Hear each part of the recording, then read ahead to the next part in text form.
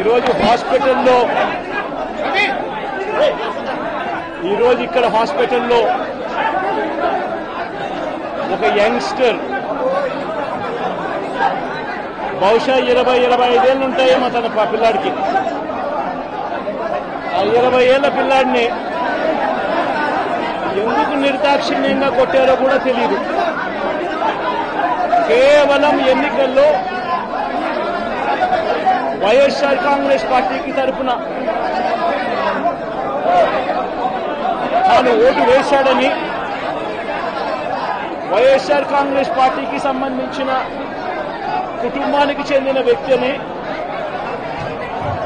అతి దారుణంగా కావాలని అదే పనిగా వేంపల్లెకు ఒక వెహికల్లో వచ్చి దారిలో పోతా ఉన్న పిల్లోడిని బైక్ ఆపి నిర్దాక్షిణ్యంగా కొట్టి హాస్పిటల్ పాలు చేస్తా ఉంటే ఏమి సాధిస్తా ఉన్నారు?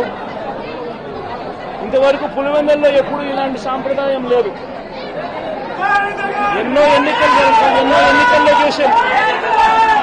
ఎప్పుడు పులివెందుల్లో ఇలాంటి సాంప్రదాయం లేదు. ఎన్నికలు అయిపోయిన తర్వాత ఓటు వేయని వారిని కొట్టే కార్యక్రమం ఎప్పుడు జరగల. రాష్ట్ర వ్యాప్తంగా కూడా ఒక భయాందోళన వాతావరణం క్రియేట్ చేయడం కోసం అని రాష్ట్ర వ్యాప్తంగా ఇదే చేయిస్తా ఉన్నారు దగ్గరుండి. ఏం సాధిస్తారు దీనివల్ల? మీరు వేసే ఈ బీజం చేసే ఈ చెడు సాంప్రదాయం రేపొద్దున మళ్ళీ తెలుగుదేశం పార్టీ కార్యకర్తలకి చుట్టుకుంటుంది. చంద్రబాబు నాయుడు అనుకుంటా ఉన్నాడు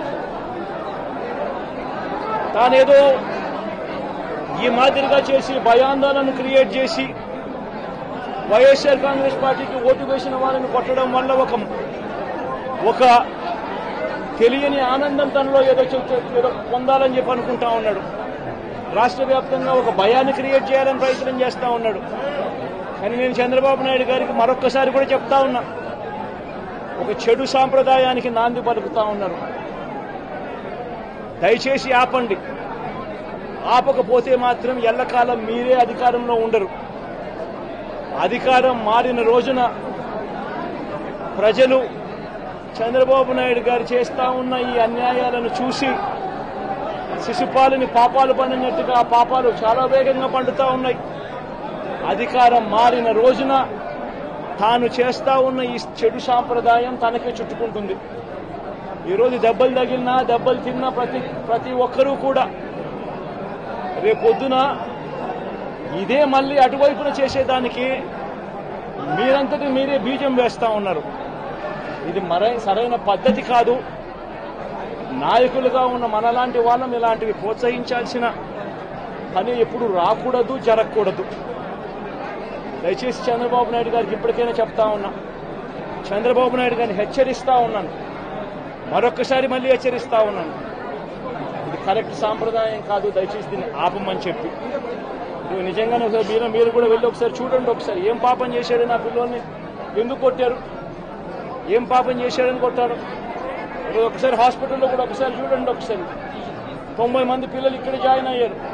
మధ్యాహ్న భోజనం పథకం సరిగ్గా జరగడం లేదు. పిల్లలు కనీసం బ్యాగుల సప్లై కూడా సరిగ్గా జరగడం లేదు.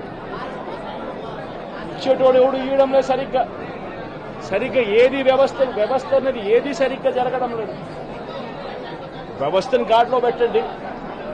మీరు ప్రజలు మిమ్మల్ని ఏదైతే ఓటు వేశారో ఒక కారణం చేత మీరు ప్రజలు 10% మంది ఓట్లు, మాకు రావాల్సిన 10% మంది ఓట్లు మీకు వైపు డ్రిఫ్ట్ అయ్యాయి అని అంటే కేవలం మీరు చేసిన మోసపూరిత వాగ్దానాల వల్ల డ్రిఫ్ట్ అయ్యాయి. ప్రజలు మీ దగ్గర నుంచి ఎక్స్పెక్ట్ చేస్తా ఉన్నారు. రైతులు అల్లాడిపోతా ఉన్నారు, రైతు భరోసా అందక.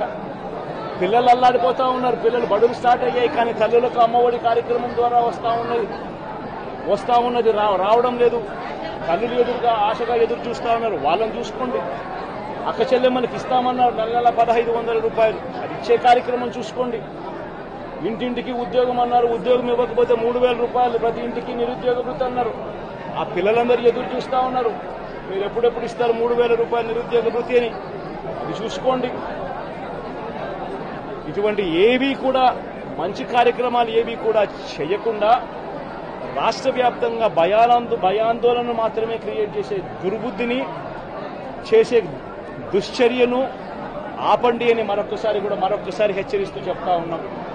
శిశుపాలను పాపాలు పండినట్టుగా వేగంగా జరుగుతూ ఉన్నాయి. తన పాపాలు పండడం అన్నది కూడా తను మర్చిపోతున్న సందర్భంగా మరొకసారి చెప్తా ఉన్నాం.